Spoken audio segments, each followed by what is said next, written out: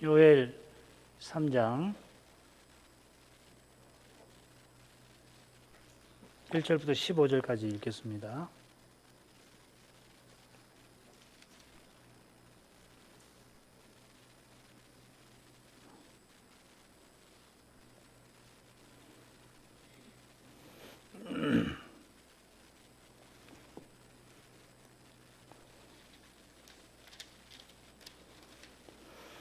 그날 곧 내가 유다와 예루살렘의 사로잡힌 자를 돌아오게 할 그때에 내가 만국을 모아 데리고 요사밧 골짜기에 내려가서 내 백성 곧 내 기업된 이스라엘을 위하여 거기서 그들을 국문하리니 이는 그들이 이스라엘을 열국 중에 흩고 나의 땅을 나누었음이며 또 제비 뽑아 내 백성을 취하고 동남으로 기생을 바꾸며 동료로 술을 바꾸어 마셨음이니라. 두로와 시돈과 블레셋 사방아, 너희가 나와 무슨 상관이 있느냐? 너희가 내게 보복하겠느냐? 만일 내게 보복하면 너희의 보복하는 것을 내가 속속히 너희 머리에 돌리리니 곧 너희가 내 은과 금을 취하고 나의 진귀한 보물을 너희 신궁으로 가져갔으며 또 유다 자손과 예루살렘 자손들을 헬라 족속에게 팔아서 본 지경에서 멀리 떠나게 하였음이니라. 보라, 내가 그들을 너희가 팔아 이르게 한 곳에서 일으켜 나오게 하고 너희의 행한 것을 너희 머리에 돌려서 너희 자녀를 유다 자손의 손에 팔리니 그들은 다시 먼 나라 스바 사람에게 팔리라. 나 여호와가 말하였느니라. 너희가 열국에 이렇게 광포할지어다. 너희는 전쟁을 준비하고 용사를 격려하고 무사로 다 가까이 나와서 올라오게 할지어다. 너희는 보습을 쳐서 칼을 만들지어다. 낫을 쳐서 창을 만들지어다. 약한 자도 이르기를 나는 강하다 할지어다. 사면의 열국아, 너희는 속히 와서 모일지어다. 여호와여, 주의 용사들로 그리로 내려오게 하옵소서. 열국은 통하여 요사밧 골짜기로 올라올지어다. 내가 거기 앉아서 사면의 열국을 다 심판하리로다. 너희는 낫을 쓰라. 곡식이 익었도다. 와서 밟을지어다. 포도주 틀이 가득히 차고 포도주 독이 넘치니 그들의 악이 큼이로다. 사람이 많음이여 판결 골짜기에 사람이 많음이여 판결 골짜기에 여호와의 날이 가까움이로다. 해와 달이 캄캄하며 별들이 그 빛을 거두도다. 여기까지입니다.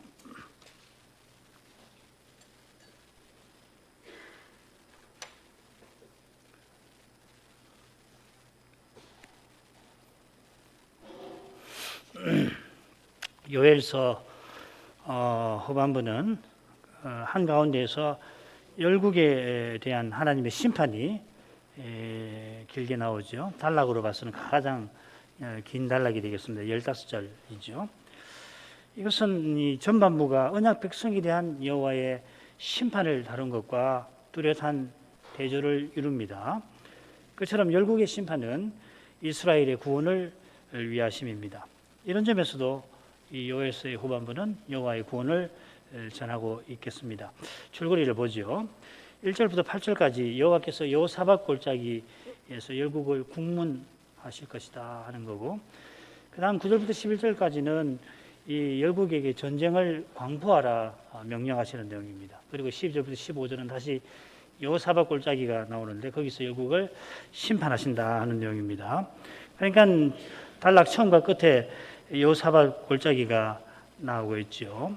전에 유다왕 여호사밧이 이 골짜기에서 여러 민족과 더불어 싸워서 이겼습니다. 이 역대하 20장에 그 사건이 나옵니다.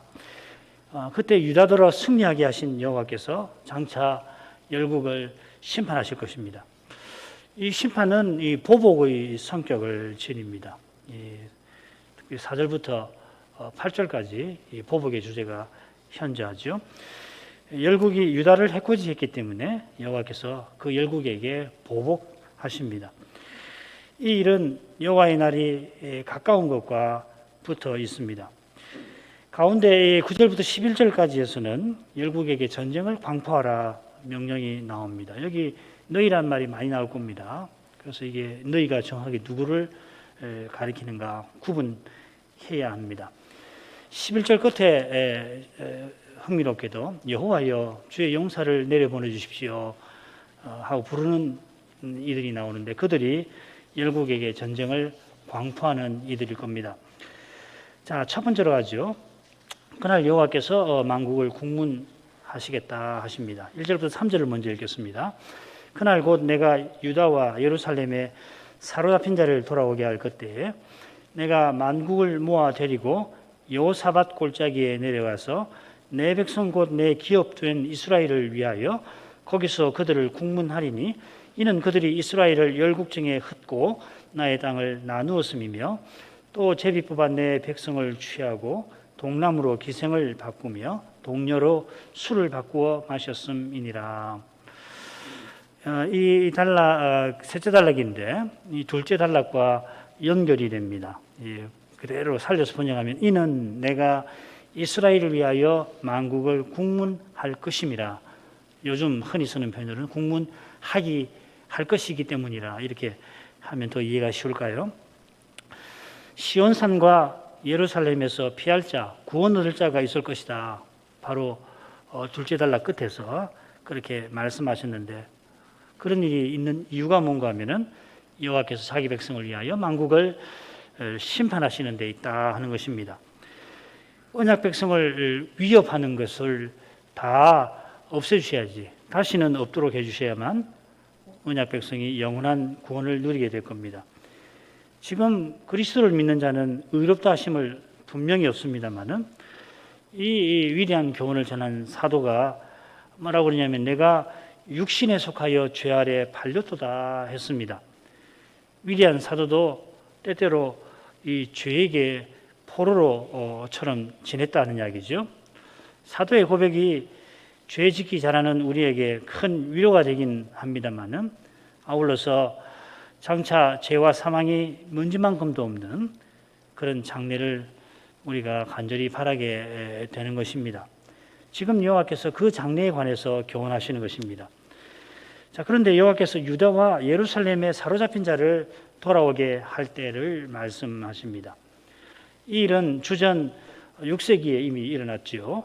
그로부터 500년 지나서 그리스도께서 오셨고 지금은 그로부터도 약 2000년이 지났습니다마는 하나님께서 마지막 심판을 행하실 날이 우리에게 여전히 남아 있습니다. 요엘 선지자는 이상 중에서 이런 일들을 함께 보았던 겁니다. 금방 말씀드린 이런 일들은 요엘에게는 다 장래에 속합니다. 그처럼 포로에서 돌아오는 일이 구약 백성에게는 여호와의 날에 있을 종말에 속합니다. 세례요한도 메시아가 오셨으니까 이제 곧 마지막 심판이 있겠구나 생각을 하고 도끼가 나무 뿌리에 이미 놓였다 이렇게 경고하였죠. 이 요한의 깨달음이 얼마나 뛰어난지 우리가 다 알지만은 그러나 그의 깨달음을 넘어서서 하나님의 구원이 이루어져 갑니다. 예컨대 포로에서 돌아오는 그 일이 마지막 심판과 영원한 구원을 가리키는 것이지 여전히 가리키는 그런 사건인 겁니다. 유다의 포로를 돌아오게 하실 그 날들에 여호와께서는 만국을 모으실 것입니다. 선자가 이상 중에서 마지막 날들에 있을 일들을 보았던 겁니다. 그 날들에 유다의 포로를 돌아오게 하실 일도 있는데 또한 만국을 모으실 일이 있습니다. 모든 나라를 모으신다고 했으니까 이 일은 유다를 멸망시킨 바빌로니아나 그때 유다를 해코지한 에돔 또 주변 나라를 심판하시는 것을 넘어서는 그런 일일 겁니다. 이 일이 있을 때에 해와 달이 캄캄하고 별들도 빛을 거둘 것입니다. 유사일에 없는 우주적 변화가 그날에 있을 겁니다. 만국을 국문하시는 일이 여호사밧 골짜기에 있을 것이라 했습니다. 이 여호사밧 골짜기라는 지명은 이 요엘에만 2번 나옵니다. 그래서 이 골짜기가 어딘가 여러 견해가 있는데요. 가령 유다 왕 여호사밧이 승리를 거둔 그 브라가 골짜기를 가리킨다. 뭐 그런 주장도 있고요. 또 예루살렘 남북으로 형성된 티로포에온 골짜기, 예루살렘에 가면 중간에 움푹 패인 골짜기가 있거든요. 도성 안에. 그걸 이 티로포에온 골짜기라고 하는데 거기라는 주장도 있고, 또 왕의 골짜기 또는 심지어 사회 골짜기, 뭐 여러 견해가 있습니다만은 어느 주장과 견해도 결정적 근거는 되지 못합니다. 요사박 골짜기가 정확히 어떤 곳인가를 정확하게 아는 것, 뭐 물론 좋은 일입니다만은, 그러나 그 위치를 혹 찾는다고 해도 그곳에서 만국을 심판하시는 일이 실제로 일어나는 건 아닙니다. 그 계시록에 보면은 아마겟돈에서 마지막 전쟁이 벌어진다는 말씀이 나오잖아요. 16장, 19장 뭐에 나오는데, 이 아마겟돈이 어딜까? 아마도 에스라엘론 골짜기, 그러니까 그 사마리아 북쪽, 갈릴리 남쪽, 거기 삼각지대죠, 그죠? 서쪽으로는 어디가 있나? 갈멜산이 있고, 그죠? 삼각형을 이룬 그 골짜기에 그 무기토라고 하는 산이 있는데, 이 아마겟돈이라는 말은 그 무기토 산과 산을 가리킬 텐데, 거기서 마지막 전쟁이 일어나는 건 아니지요. 그 골짜기에서 일찍이 큰 전쟁들이 일어나서 그렇게 큰 전쟁이, 아니 그보다 더 큰 마지막 전쟁이 장차 있을 것이라 하는 거죠. 그런데 이제 이 세대주의자들은 실제로 그 무기토에서 마지막 전쟁이 일어나고, 마지막 전쟁이 이 하나님의 승리로, 그리스도의 승리로 끝난 다음에는 포로들을 이 여호사밧 골짜기로 끌고 와가지고 만국의 심판이 거기서 이루어진다고 주장을 하는 겁니다. 이런 해석은 이 구약 예언을 문자적으로만 해석하는 태도와 붙어 있죠. 그러나 선지자가 여호사밧 골짜기에서 여호와께서 장차 만국을 심판하신다 한 것은 이 여호사밧 왕들어 모압, 암몬, 에돔 연합군을 물리치게 하신 그 사건처럼 장차 여호와께서 말 그대로 모든 민족을 친히 심판하실 것이다. 그걸 교훈하는 것입니다. 주님께서 자기 영광으로 모든 천사를 데리고 오셔서 모든 민족을 자기 앞에 모으시고 심판하실 것이다 말씀하셨습니다. 그처럼 장차 오실 때에는 각 사람이 구름 타고 오시는 예수님을 볼 것이다 하였습니다. 모두가 볼 수 있도록 신비하게 공중에 임하시고, 그때 천사를 보내어서 모든 민족을 자기 앞에 모으실 겁니다. 만일에 주님께서 지구상의 어느 한 장소에 오신다고 한다면 모든 사람이 볼 수는 없겠지요.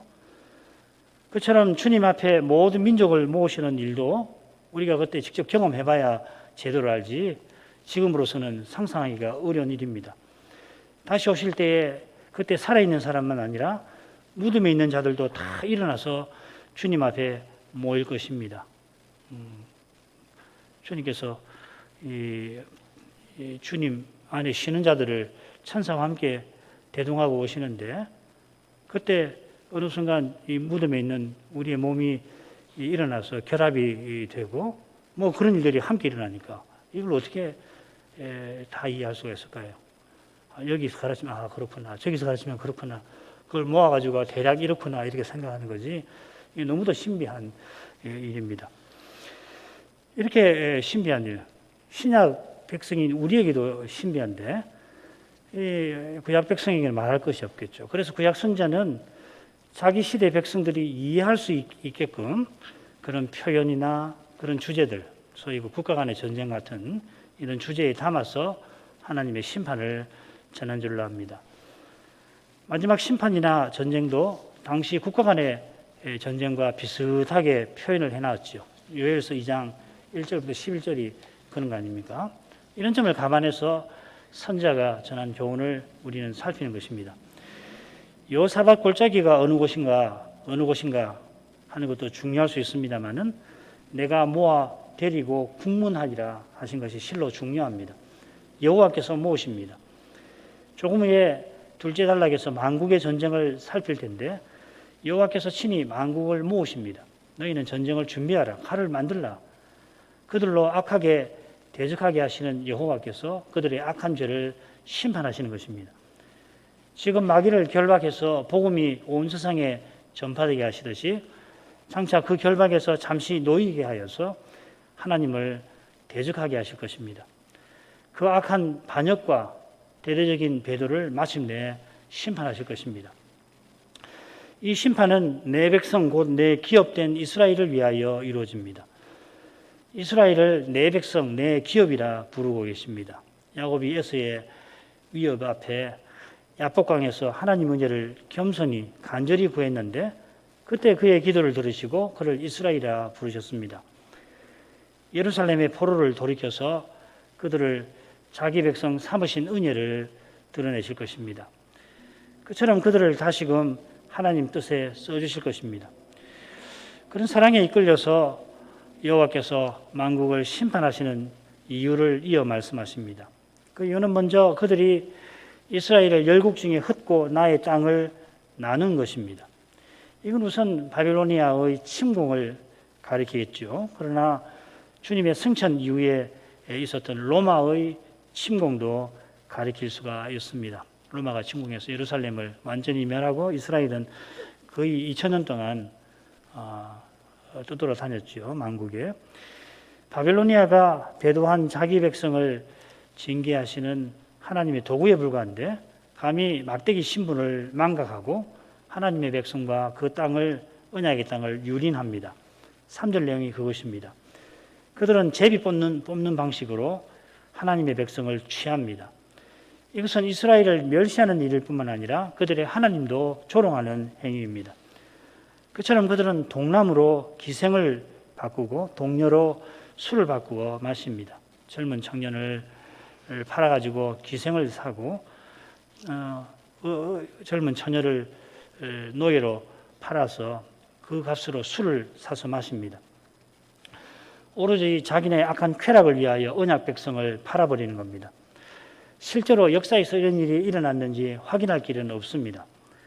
어떤 학자들은 그런 사례를 들어대긴 합니다만은 과연 그런 사례들이 이 예언의 실현인가 단정하기는 어렵습니다. 예언이 어떻게 실현되는가 확인하는 거 물론 중요합니다만은 선자는 만국이 심판받아야 할 죄가 하나님 앞에 얼마나 심각한 것인가를 지금 보여주는 것 같습니다. 재림 직전에 온 세상이 적그리스도를 좇을 때에 그때 인생의 죄가 얼마나 악한지 다 드러날 것입니다만은 역사 내내 그런 악한 죄가 온 세상에 만국에 드러났고 또 드러날 겁니다. 예수님께서 양과 염소의 비유를 들어서 그 죄의 본질이 어디 있느냐? 그리스도를 함부로 대하는 데 있다 하셨습니다. 염소들은 놀랍게도 자기네가 주님께 해드리지 않은 거 하나도 없다고 항의합니다. 죄의 심각성은 여기 있습니다.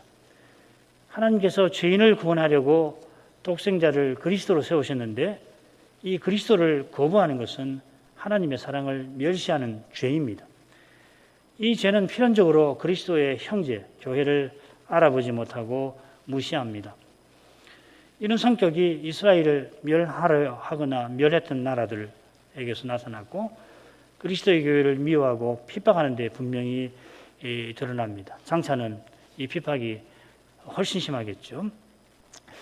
이어서 여호와께서 두로와 시돈과 블레셋에게 동일한 책망과 경고를 말씀하십니다. 4절부터 8절까지입니다.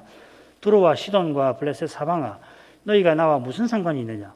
너희가 내게 보복하겠느냐? 만일 내게 보복하면 너희의 보복하는 것을 내가 속속히 너희 머리에 돌리리니 곧 너희가 내 은과 금을 취하고 나의 진귀한 보물을 너희 신궁으로 가져갔으며 또 유다 자손과 예루살렘 자손을 헬라 족속에게 팔아서 본 지경에서 멀리 떠나게 하였음이니라.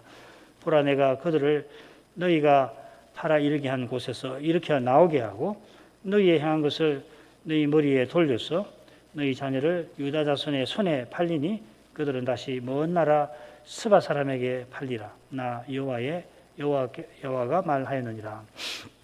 이 두로, 시돈, 블레셋은 이스라엘 서쪽에 있는 나라들이죠. 블레셋은 바로 옆이고 서쪽이고 시돈과 두로는 좀 더 위쪽입니다.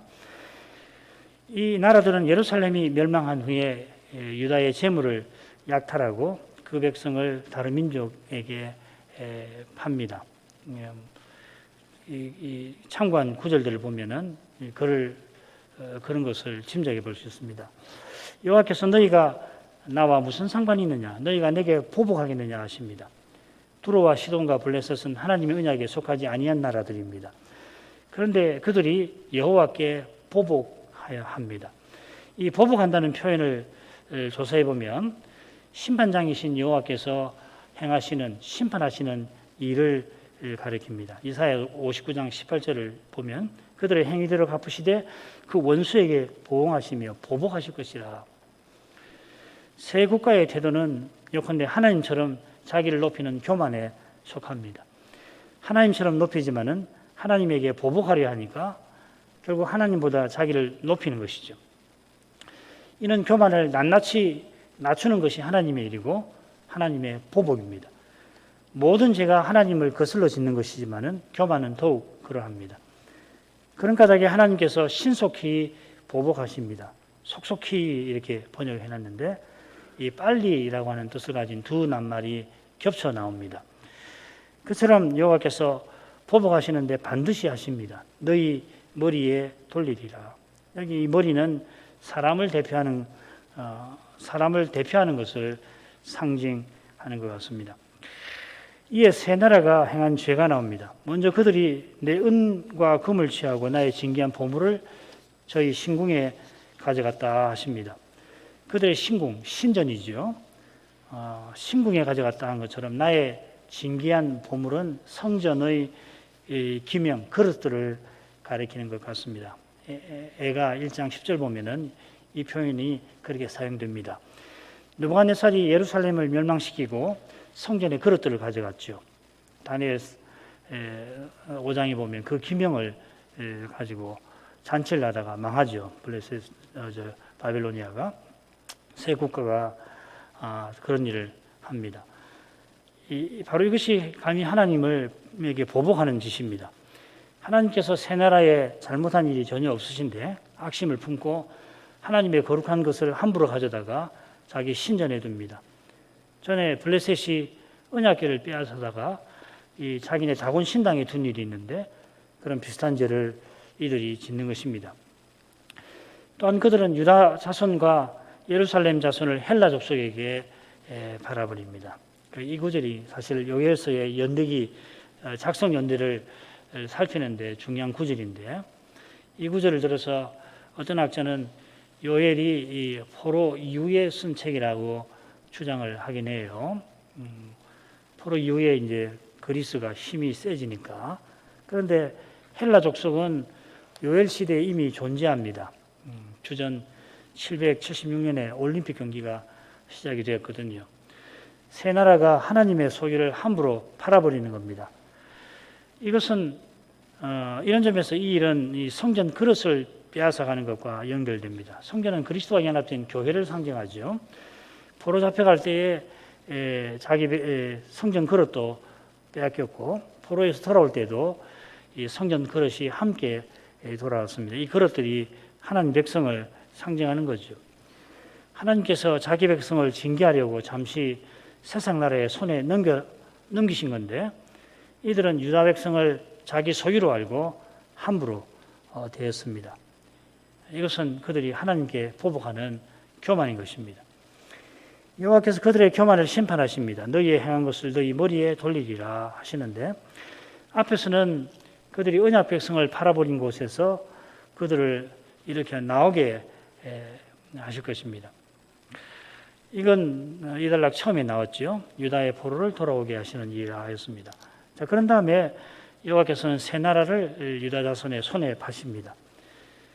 이건 새 나라가 하나님의 것임을 가리키죠. 물론 이스라엘이 하나님의 특별한 소유인 것과는 구별됩니다. 세계가 다 여호와의 것입니다.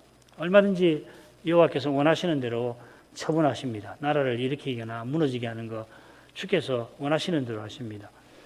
그들이 감히 교만하게 하나님을 보복한 탓에 여호와께서 그들을 유다의 손에 넘기시는 겁니다. 그러면은 유다는 이 새 나라를 스바 사람에게 저 먼 나라로 탈아버릴 것입니다.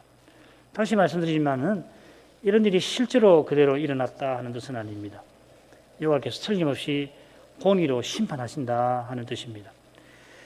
여호와께서 장차 행한 대로 갚으십니다. 로마서 2장 6절부터 8절입니다. 하나님께서 각 사람에게 그 행한 대로 보응하시되 참고 선을 행하여 영광과 존귀와 썩지 아니함을 구하는 자에게는 영생으로 하시고 오직 당을 지어 진리를 좇지 않고 불의를 좇는 자에게는 노와 분으로 하시리라. 참고 선을 행한 사람은 영생을 얻을 건데 그가 인내하며 행한 선이 뭐냐? 그리스도를 믿고 바라는 그 믿음과 소망에서 나온 선일 것입니다. 신자는 오실 그리스도를 바라보며 고난 중에 인내하면서 악을 선으로 갚는 그리스도의 사랑을 나타내는 사람입니다. 반면에 당을 짓는 자, 이 당을 짓는다는 말은 그 악한 욕심대로 행하는 자를 가리킵니다. 번역이 이렇게 되어서 좀 아쉬운 점이 있는데 욕심대로 행해서 불의를 좇는 자는 하나님의 의이신 그리스도를 거부한 탓에 하나님의 진노를 피하지 못하는 것입니다. 두 번째 부분으로 가겠습니다. 9절부터 11절. 너희는 열국에 이렇게 광포할지어다. 너희는 전쟁을 준비하고 용사를 격려하고 무사로 다 가까이 나와서 올라오게 할지어다. 너희는 보습을 쳐서 칼을 만들지어다. 낫을 쳐서 창을 만들지어다. 약한 자도 이르기를 나는 강하다 할지어다. 사면의 열구가 너희는 속히 와서 모일지어다. 여호와여 주의 용사들로 그리로 내려오게 하옵소서.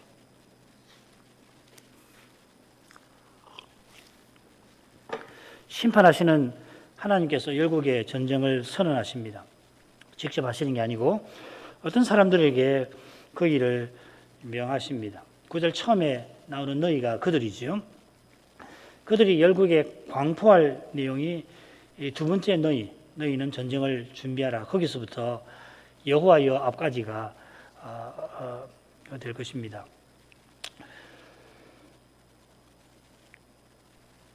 두 절 정도가 되는데 속절이지만 앞에 하고 마지막으로 빼면 두 절 정도 되는데 여기 명령이 무려 9번이나 나옵니다. 여호와께 명령을 받아 열국에 전쟁을 알리는 이들이 여호와께 간구하는 내용이 11절 끝에 나옵니다. 자, 그러면은 이 열국의 전쟁을 선포하는 이들은 누구일까요?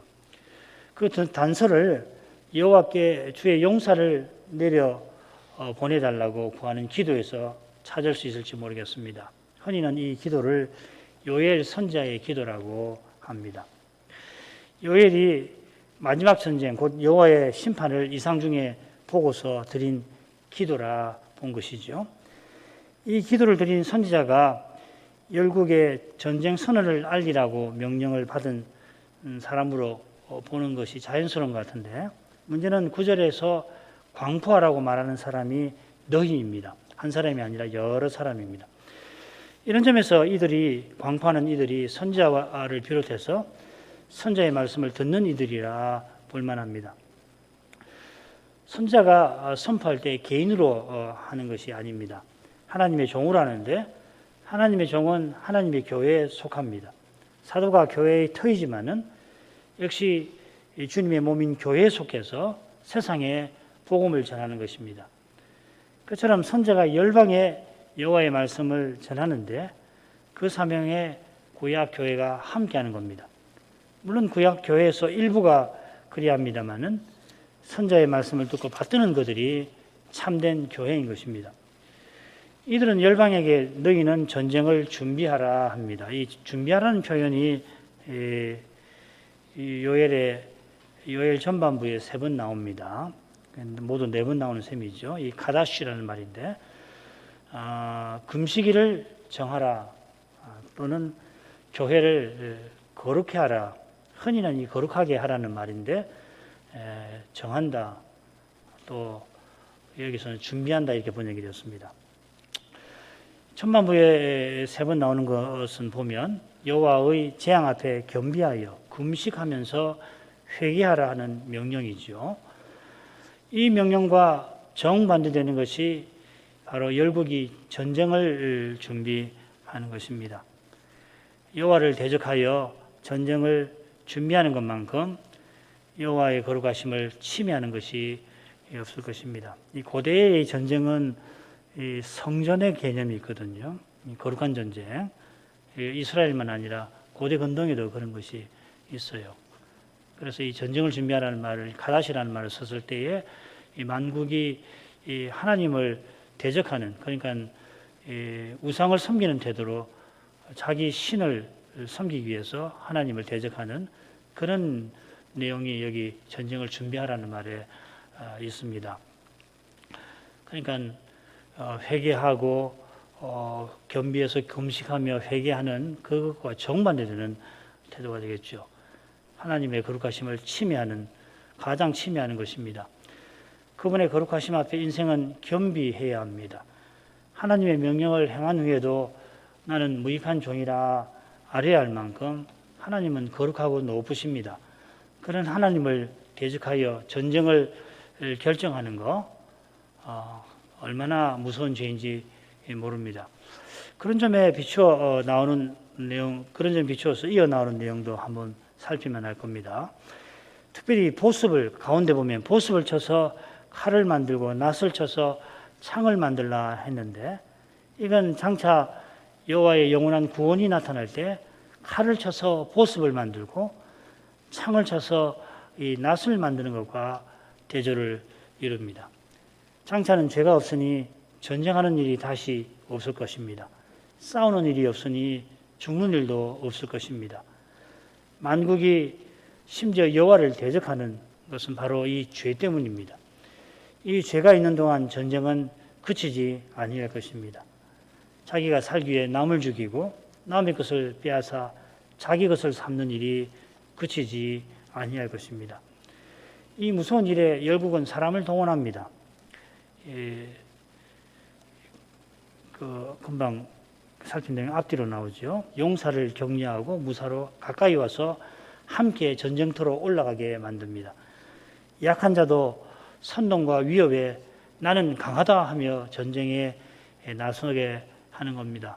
2차 세계대전 때에 한 독재자의 야욕을 채우려고 그 자극적인 선동을 해서 어린 소년들, 독일의 어린 소년들이 전쟁터로 달려가게 만든 그런 광기가 2차 세계대전에 가득하였습니다. 그 광기는 이건 적그리스도적인 것이었습니다. 그때 일본도 마찬가지죠, 그죠? 일본이 우리나라를 침략해서 그 동방요배하게 한 거, 이게 다 적그리스도적인 건데 히틀러도 마찬가지였습니다. 그때 스킬더라고 하는 신학 화란의 훌륭한 신학자가 독일에 유학을 가게 되는데, 그 2차 세계대전 전이죠. 그때 이제 나치가 하는 걸 보고 전 적그리스도적인 거다. 그걸 알아차려요. 그리고 와서 이제 나치가 화란을 침공할 때 이 사람이 막 도피하면서 이 독일에 반대하는 연설을 했죠, 그죠? 참 통찰력 있는 신학자라 생각이 듭니다. 장차 재림 직전에는 그보다 더한 광기가 온 인류를 휘감아서, 그러니까 이게 적그리스도적인 광기니까 마치 사람들이 귀신들처럼 하나님과 그리스도를 대적하게 만들 겁니다. 논리가 통하지 않습니다. 사람 생각이 귀신처럼 그렇게 악하게 되어가지고서 이 교회를 핍박하게 될 거거든요. 그런 때에 교회와 신자는 여호와를 간절히 부르지 않을 수 없습니다. 오직 여호와께서만 악한 원수들을 물리치실 수 있습니다.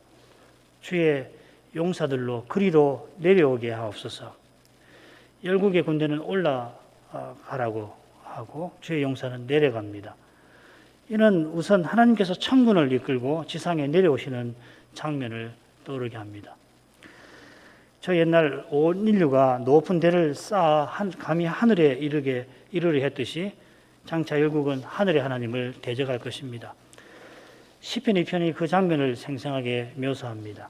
어찌하여 열방이 분노하며 민족들이 허사를 경영하는고, 세상의 군왕들이 나서며 관원들이 서로 꾀하여 여호와와 그 기름 받은 자를 대적하며 우리가 그 맨 것을 끊고 그 결박을 벗어버리자 하도다.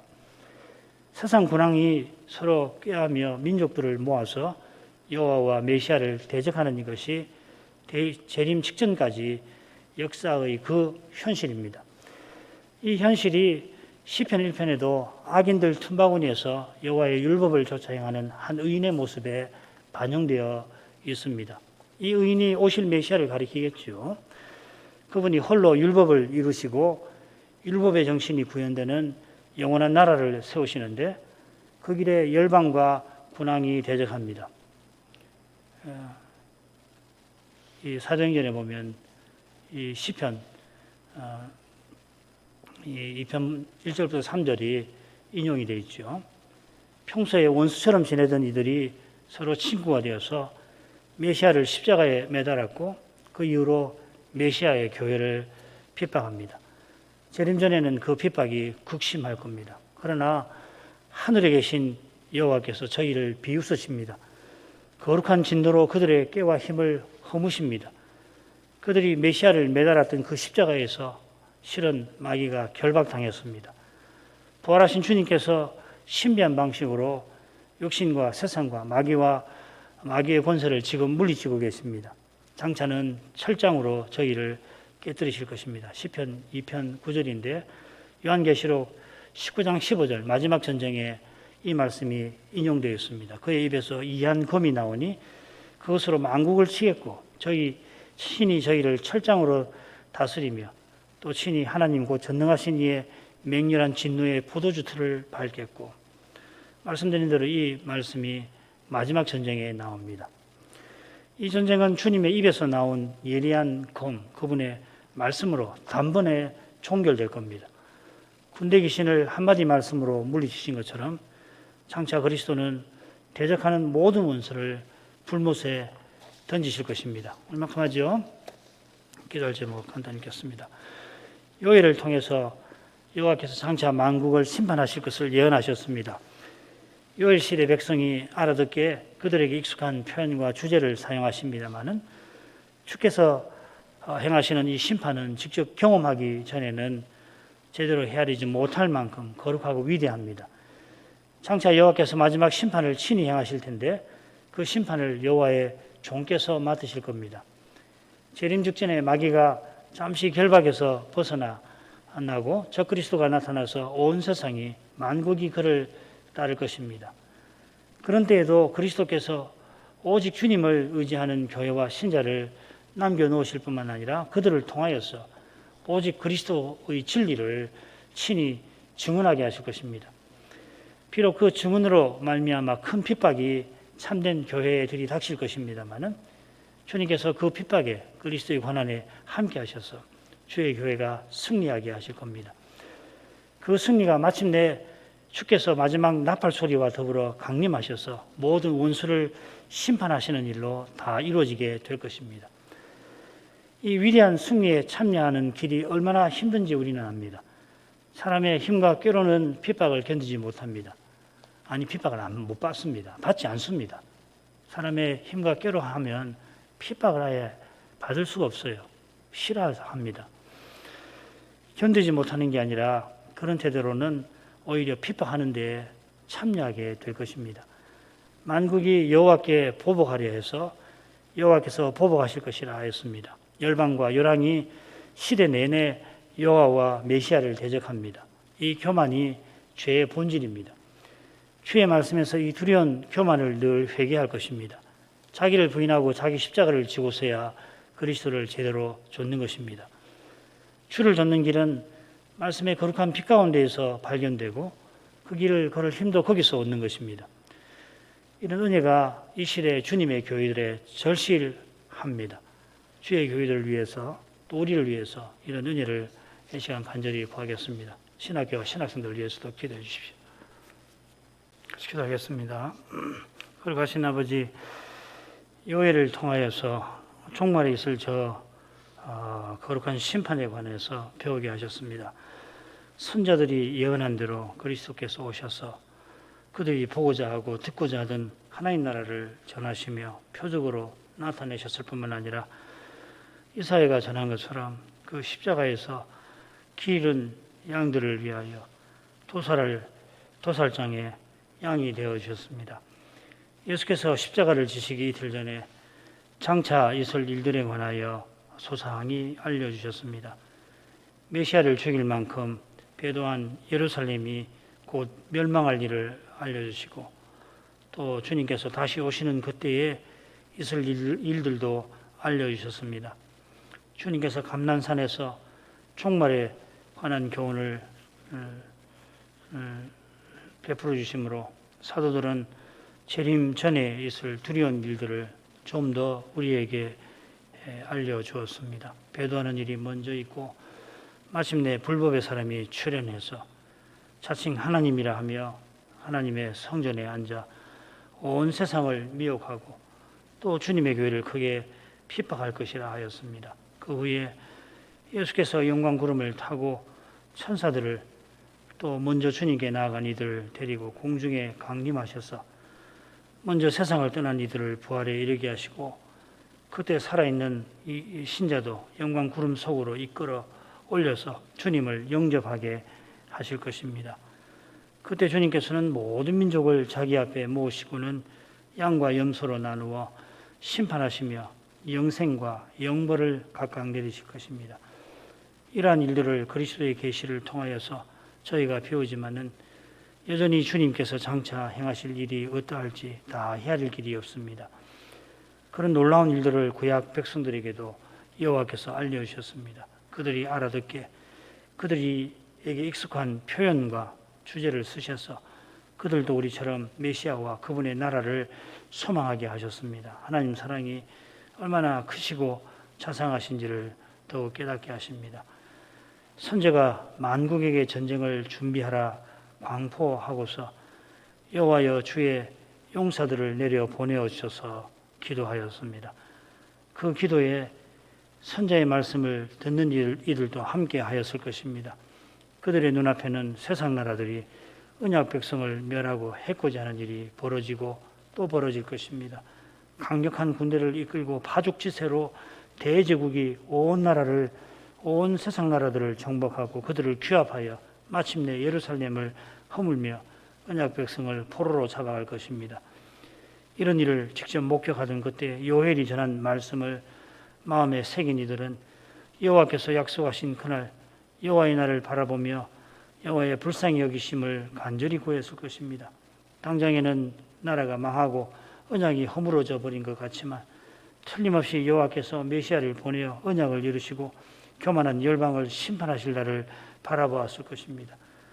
여호와께서 선자의 말씀을 깨닫게 하셔서 소망의 빛이 사라지지 않게 하셨던 것입니다. 말씀하신 여호와를 의지하여 멸망하는 현실을 견디고 포로 생활을 이기며 낙담과 슬픔과 고통의 골짜기를 지나가게 하셨습니다. 이 시대 주님의 교회로 서나가는 길이 그만큼 힘든 것을 생각합니다. 아직은 평안을 주셔서 저희가 이처럼 여상히 평안히 예배를 드리며 살아가지만 그러나 이미 세속화의 물결, 배도의 물결이 크게 일어나 작은 배와 같은 주님의 교회를 공격하고 있습니다. 도무지 평안하다 하고 안심할 수 없는 현실이 이미 우리 눈앞에 가득합니다. 주님이여 주님의 교회와 백성들을 긍휼히 여겨주시기를 구합니다. 오직 그리스도를 전부로 삼는 이 순전한 심정을 내려주셔서 이 두려운 시대에 무엇이 중요한지를 깨닫고 그 중요한 것을 굳게 붙들며 나아갈 수 있게 하옵소서. 이 시대 주님의 교회다운 길이 어디 있는지 친히 알려주시고 그 길로 이끌어 주시옵소서. 주님 안에서 참된 평안과 기쁨을 늘 맛보게 하심으로 곧 들이닥칠 저 두려운 현실에 함몰되지 않도록 낙담하지 않도록 깨어 기도하게 하여 주시옵소서. 예수님의 이름으로 기도합니다.